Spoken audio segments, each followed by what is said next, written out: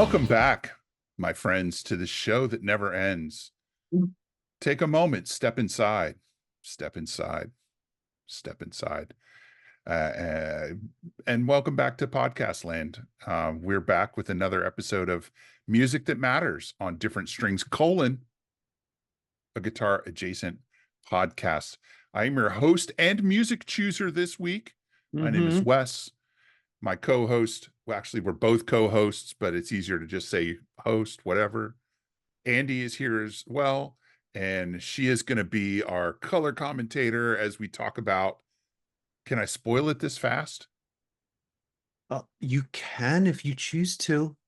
We're going to talk about My Bloody Valentine's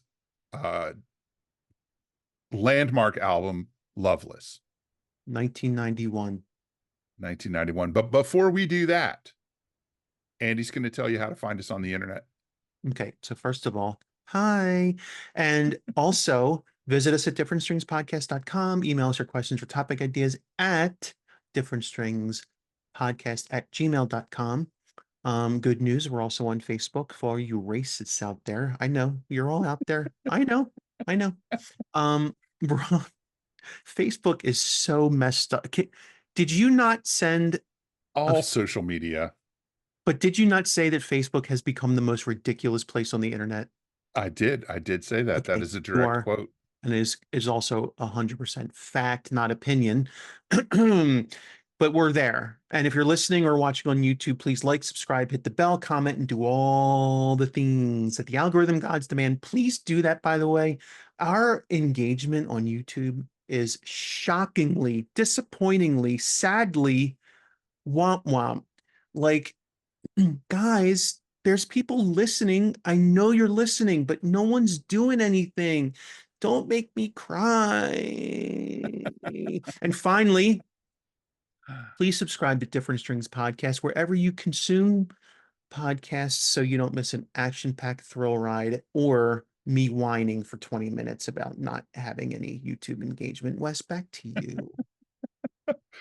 So, like I said, we're going to talk about the 1991 album Loveless from My Bloody Valentine. We're going to do so in conjunction with our recent discussion episode on offset guitars because Kevin Shields, who is the leader of My Bloody Valentine, probably did more to popularize the use of offsets in shoegaze, specifically jazz masters in his case, than probably any other guitarist in the 90s.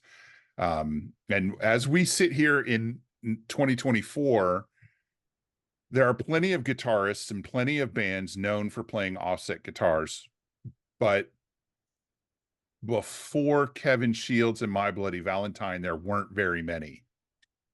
Yeah. There weren't very many. Sonic Youth is about the only one I can think of. Thank you. Yep. Yeah.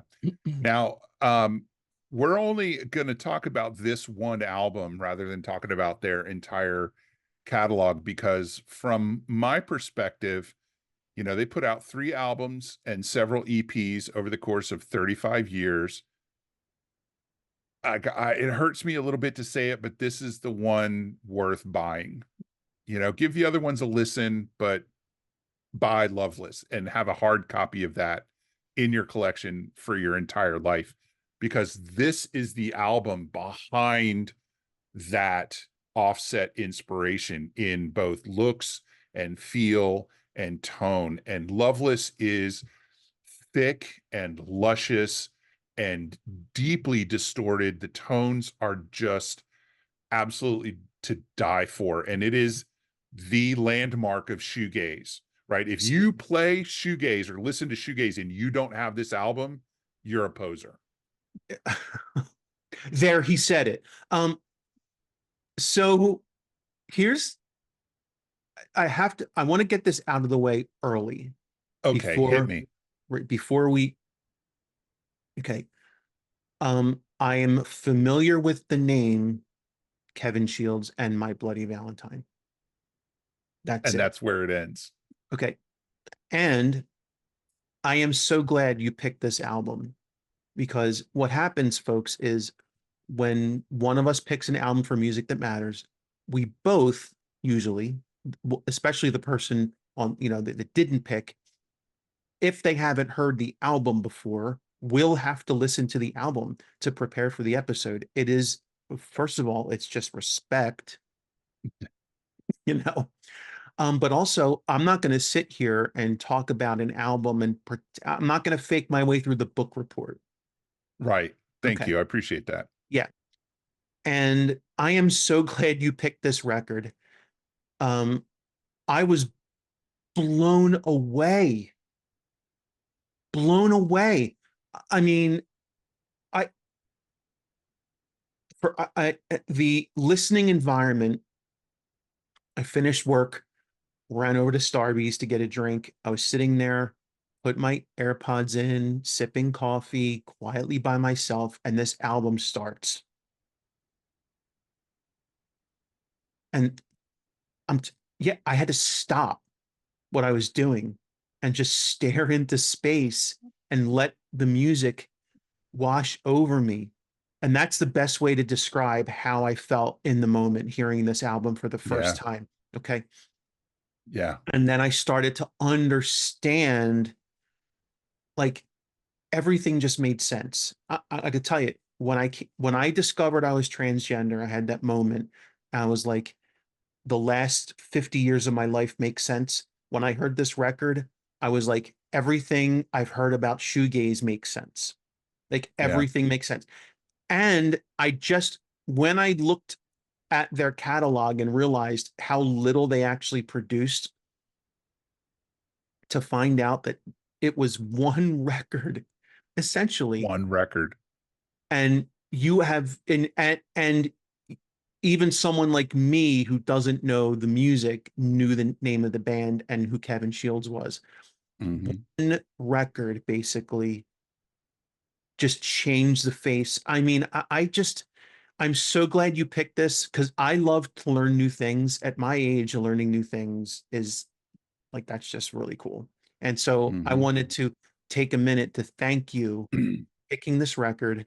It was a stroke of genius, and like I'm just so glad to have this now in my in I'm just so glad to have this in my catalog that I can, it's just I really wanted to thank you. So I didn't mean to steal your spotlight No. because now that I've heard the record and how amazing it is now, I really want to talk about it. And I really want to hear you talk to me about it because I was just blown away. I Yeah. couldn't even It's process amazing. hearing. So anyway, just thank you so much. And so go ahead. Yeah. To me, Loveless is the musical equivalent of people going to see 2001: A Space Odyssey for the first time. Okay. It I'll give is that. a it's a conversion experience, you Mhm. know. Do you see the light? No. I listened to Loveless. Now I see the light, you And know? here's the thing, it sets the bar really high. Yeah. So Oh, yeah, it now, does. right, so now when I'm like, oh, I think I like shoegaze now, and I'm gonna go listen to shoegaze, and I'll be like, I don't like this Mm, as much as I like love. yeah. Like you really set the bar. That's the prop. So I, I try to compare it like to have a musical equivalent. To me, it was as mind-blowing an experience as when I heard Moving Pictures for the first time. Yeah. Yeah. There you go. Yeah. I think the only band that got close, um, and I'm looking to make sure I don't mess it up, Oh, and there's because I wanted to something make else I have to sorry, say go about ahead. this band from a guitar Yeah. perspective.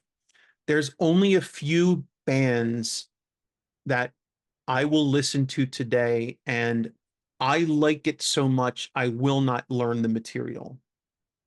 I Yeah. won't And spend this the is one of them. This is one of them. I will not spend the time to try to learn how to play it. Not because I don't think I can, but because I don't want to I don't want to put work into listening and dissect it.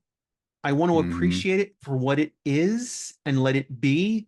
King's X is like that. Rush is like that. And this is like that. There was Yeah. no, I didn't want to, and it's a good thing too, because there is so much going on at times, and it's so not my style that I would never be able to do things like it's just, yeah. So this was definitely in the list of in the pantheon of things I just like, I'm just going to listen to this to listen to Yeah. it. And I kind of really appreciate that. Yeah, the only band I think gets close to this level of quality when it comes to shoegaze is a band called the Darling Buds. They did an album called Erotica, Okay. which is like if I'm going to give you my top two shoegaze albums, it's number one is Loveless, and like number 78 is Erotica. Not because it's not a good album, but because, like you said, the bar that Loveless sets is so high. And Yeah. Erotica is a fantastic album, but it's not Loveless, Hmm. you know? Um, and it's that thick, luscious, textured depth of tone that is just obliterating, your brain waves. It is, and then on top of that, you put these layered, waifish, whispery vocals, which you think are all a woman. It's very easy to assume that it's all a woman's voice, and her name is Belinda Butcher. Hmm. But Kevin did a lot of the singing on this album too, and he Hmm. used some tape speed shenanigans to pitch his voice up and down, Oh, which I think is really cool. He definitely had a vision. And usually, when one person has that kind of a vision, that album turns out pretty great. Um, he played most of the guitars on the album. Belinda is the other guitar player in the band at this time, but she was not terribly confident in her guitar playing abilities. So he just did it all. It's a little different with the bass player. The bass player, he didn't know the songs because he was kind of writing them as they went along. He and Belinda were writing the songs. And so he just felt like it would be easier and faster if he just played the bass himself than to teach her the songs and tell her what he wanted her to do, the bass player. Now, as it turns out, it took years to record this album. So he probably could have let her do it. But beside the point.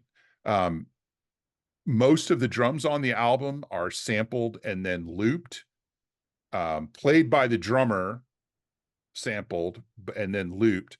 But the drummer was having a lot of health problems during this time period.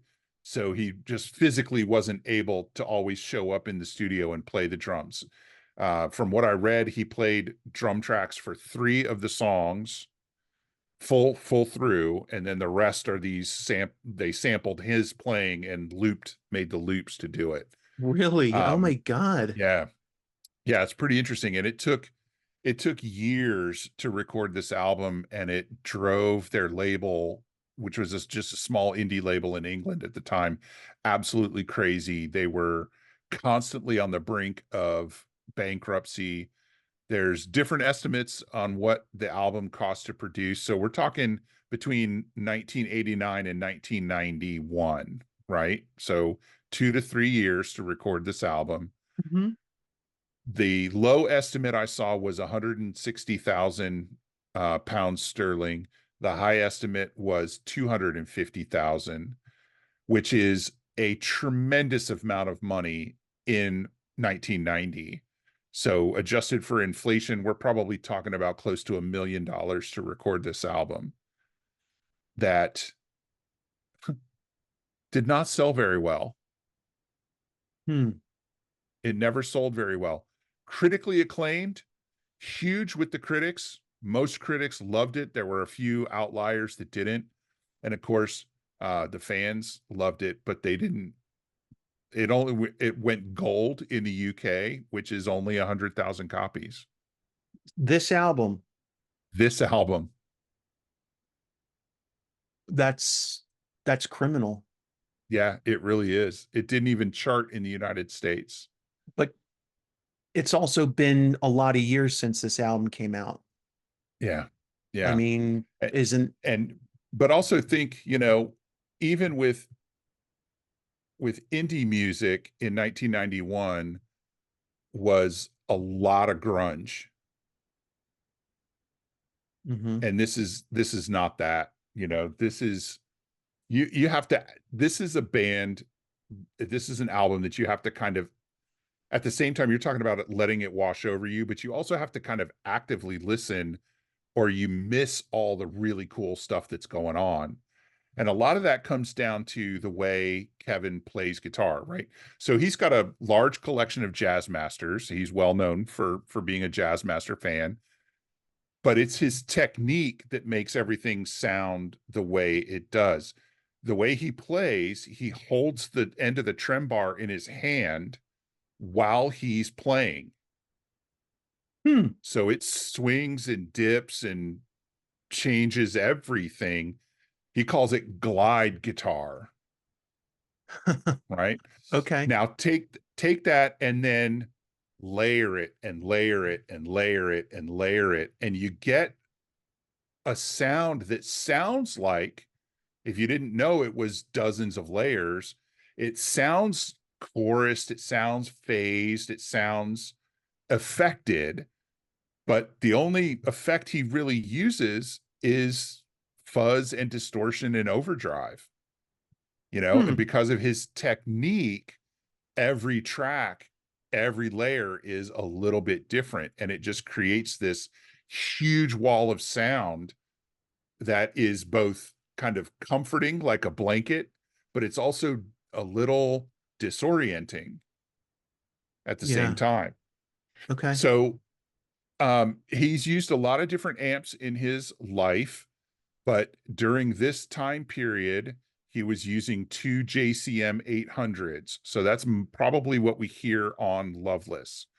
He Okay. also used a high watt during that era, but it's tough. It was tough to figure out which songs he used it on. Hmm. Live, he's used a huge number of amps, including Vox's AC30s, Fender Dual Showman, a JMI, and even in one picture I saw, a divided by 13 amp. Hmm. Lately, he's been using the Fender Tone Master, which is not really a surprise because he teamed up with Fender to put out a signature distortion pedal, basically, um, called the Shields Blender. Um, so you look at pictures, looked at pictures of his massive pedal boards, which I read his roadies would swap out in the middle of sets because he wanted different pedal boards for different songs. Oh my gosh. Yeah. So the pedal boards are mostly distortion, fuzz, overdrive, and EQ pedals, and Okay. then a couple of different tremolo pedals. And that's Hmm. about it, right? A pedal that I saw on one of his boards from the early 90s was showed a turbo rat and a roto vibe. Okay. And pretty much everything else was EQ, delay, and reverb. Um, I also read in one place and one place only that he used an ADA MP1 preamp unit, Hmm. which wouldn't surprise me given, a lot of the tones is very cool. Uh, so he's made a little bit of a resurgence in the guitar playing consciousness lately, not just because My Bloody Valentine put out another album in the last couple of years, but because of the Shields Blender.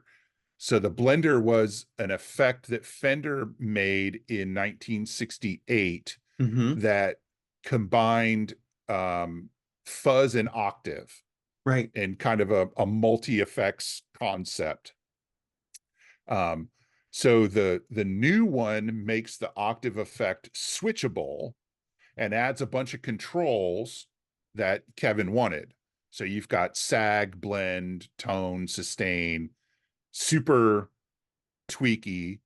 And then they changed, the original pedal had a thing called a tone boost on it. And the new one has an expansion circuit that you can switch in and out. So the new one has 4-foot switches and like 110 knobs. Um, but they started as a limited edition. They made Mm-hmm. 700 of them and they sold zippy fast. Yep. Um, you can get them used for between $400 and $800, but you can get the production model, which Fender makes, for about $300, which is kind of pricey, but it does a lot of stuff. But it is shoegaze in a box. You know, you put a reverb pedal after it and you've got shoegaze tone for days. And you can get those used for closer to about $200. They were all made in China, so there's no manufacturing difference. It's not like the limited edition ones were made in the United States, and so there might be a manufacturing distant difference. They're all made in China. And like I said, I got completely off track with the Shields blender, and I apologize for that. But we like to talk about gear. Yeah. Um, I want to tell you a couple things that critics said about this album at the time that it came out. Music critics were basically stumbling over themselves to give the most praise for this album Huh. for the most part. One called it a virtual reinvention of the guitar, which I agree with. Another one said everything you hear confounds, your idea of how a pop song should sound, which is absolutely correct. There's nothing else sounds like this. Nope. And certainly there are things out there as shoegaze makes a resurgence that sound similar to this. Mm-hmm. But in 1991, absolutely nothing sounded like this. Nope. And I'll tell you, as much as I love this album, I can't listen to it over and over and over No. How come? because, well, I'll tell you, you know what perfect pitch is, right? Mm-hmm. Okay. I do not have perfect pitch, Okay. but I do have really well developed relative pitch. So I might not be able to tell you what note the guitar is playing, but I can tell you if two notes are in tune with each other. I can tell you Okay. if a guitar is in tune, if an ensemble is playing in tune, if a guitar's intonation is out, you play me a chord and I can tell you that doesn't sound right. So this album, if I listen to it too many times in a row, it starts to give me a headache, just like, say, a middle school band would, Huh. because of the variation in the tunings.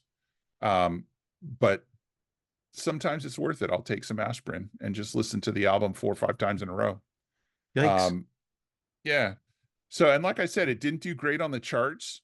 It, was only certified gold in the UK, never charted in the US, even though I remember literally everybody that I knew had a copy of this album, Okay. um, which is probably says something about the musical people that I was spending my time with at the time. Mm-hmm. And I'll tell you a funny story, and then I'm gonna punt to you, and I want to hear more about what you liked about it.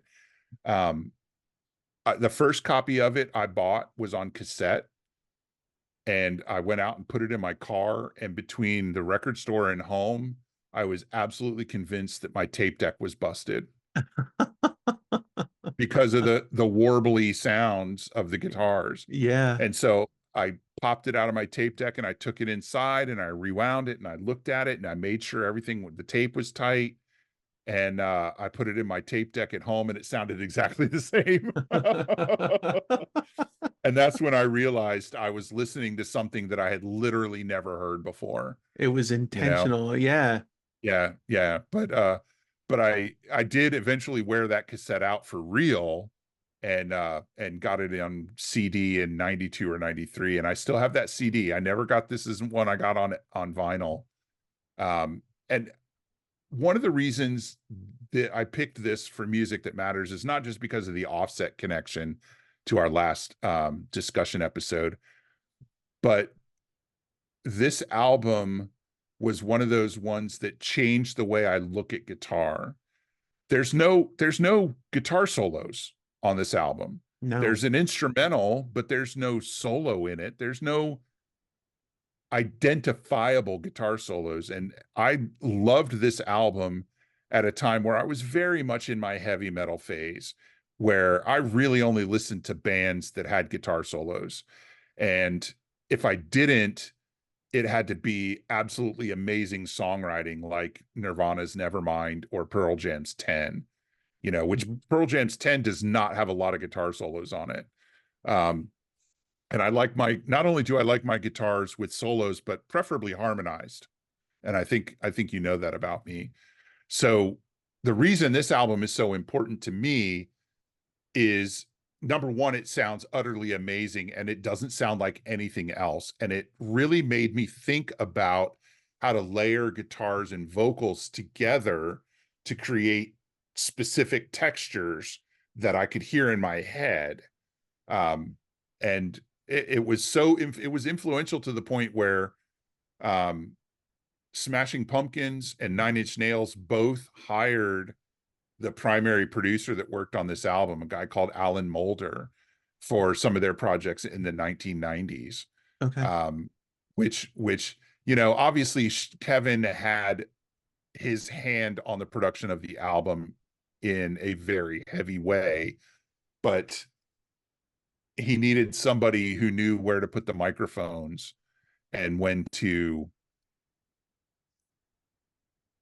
push the technology, Hmm. and that was Alan Moulder. Okay. So um and when I think about this album, it makes me think of like a really noisy Pink Floyd without guitar solos or existential angst, and that's kind of where I slot this album. Okay. Well, I don't know if I can, I don't What know are if you I going to could, add to that? yeah, I don't know, other than just my own opinion, right? And so, and everything I said up front obviously applies, but, Yeah. um, so the, I, I have this feeling that I wonder how different life would be if I had heard this album when it came out. Yeah. Now, I don't know. I'm not the same person today that I was in 1991 in many ways. So would I have liked it? Would I have, would it have, would it have appealed to me in the way that it did today? I don't know. Um, but what I do know is hearing it today, it explained a lot, like I said.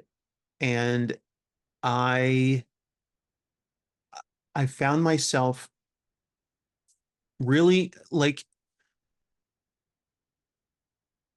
actually it was almost the vocals that stood out to me harmonically, that it was the combination of the, I think the vocal melodies are very catchy, Yeah.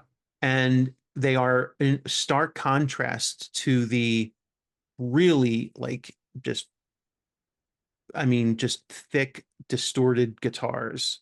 They sort of like sit on top, like icing on a cake or whipped cream in a latte. I don't know. And it it was just a very, I mean, just a life-changing, mind-blowing experience to put this on. And even from the first couple notes of the first song, you're hit with these sounds. You're like, guitar doesn't sound like that. That's how is that happening? And then the vocals come in, and that's now your mind's going to the vocals, and I really Yeah. like the vocal melody. And like, it was a very, very cool experience to listen to this, so much so that before I knew it, the album was over and I was putting it back Yeah. on. And I was also glad that I was in an environment where I could both let it wash over me and actively listen, right? Um, so, nothing really like it didn't um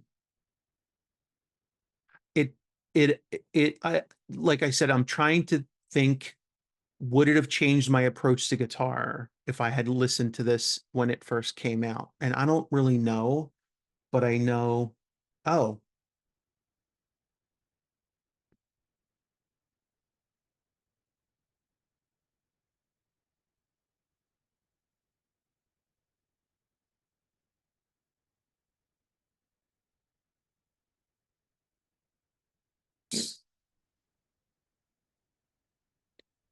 I So don't you were remember. saying before my power so rudely went out that Rude. you were talking about how the vocals sitting in the mix affected you as well. And I wanted to comment on that because, Hmm. like, we've talked about this before. I don't, because of my hearing deficiencies, I don't really catch the words. I don't, Hmm. a lot of times, I don't know what a singer is saying or singing. But on this album, it doesn't matter because they purposely focused on the melody and the texture and buried the vocals in the mix enough that it's really hard to actually comprehend the lyrics. Hmm. Yeah. But the melodies are so ethereal and beautiful and just perfect, just perfect. Hmm. Yeah. It's really it sets the bar super high for shoegaze. I I really enjoyed listening. I think I said everything up front that I wanted to say in terms of like the impact it had on me. But um yeah, I really I the only like I said, I wonder how this album might have changed things if I had heard it when it first came out. Yeah, yeah. I'm really glad that I did, that I had a friend that was into music like this and turned me on to it because, I wasn't the most open-minded musician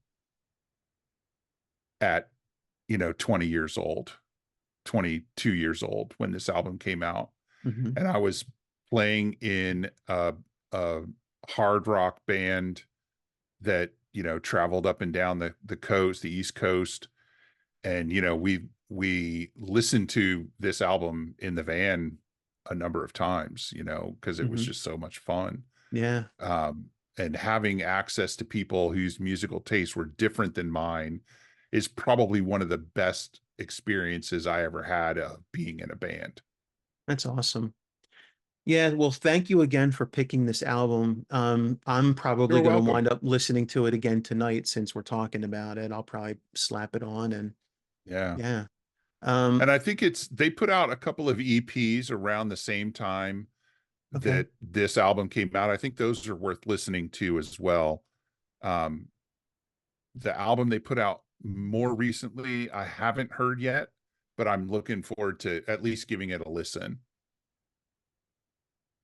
So as far as other releases, what what's the thinking on the other material? Like you're saying, Yeah, I don't think their first album is terribly worth listening to. It's called Isn't Anything. Um, I don't think it's not as good as Loveless. Oh, I found some more data on Loveless, by the way. In the United States, it has sold about 300,000 copies. So it has done fairly well, but that's not even enough to go gold in the US. okay, Um, that's crazy. the yeah, the EPs that I think are worth checking out are called Glide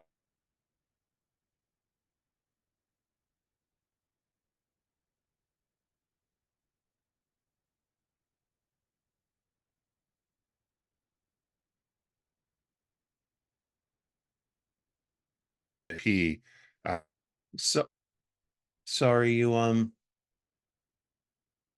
You cut off for like a good 15, 20 seconds and you're frozen again.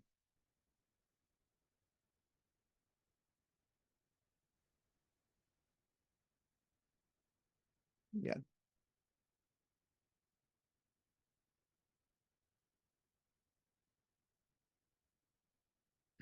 Sorry, And it glitched a little there. yeah, you cut off for like a good 30 seconds. I asked about Yeah. the, you were talking about when you said the name of the EP, it was like, that was it. Oh yeah. So the EPs are called Glider and Tremolo, and I think those are both very much worth listening to. They're of course not identical to Loveless, but they are really similar in texture and feel and vibe. Okay. All right. So, and actually, I was wrong when I said they put out an album in the last few years.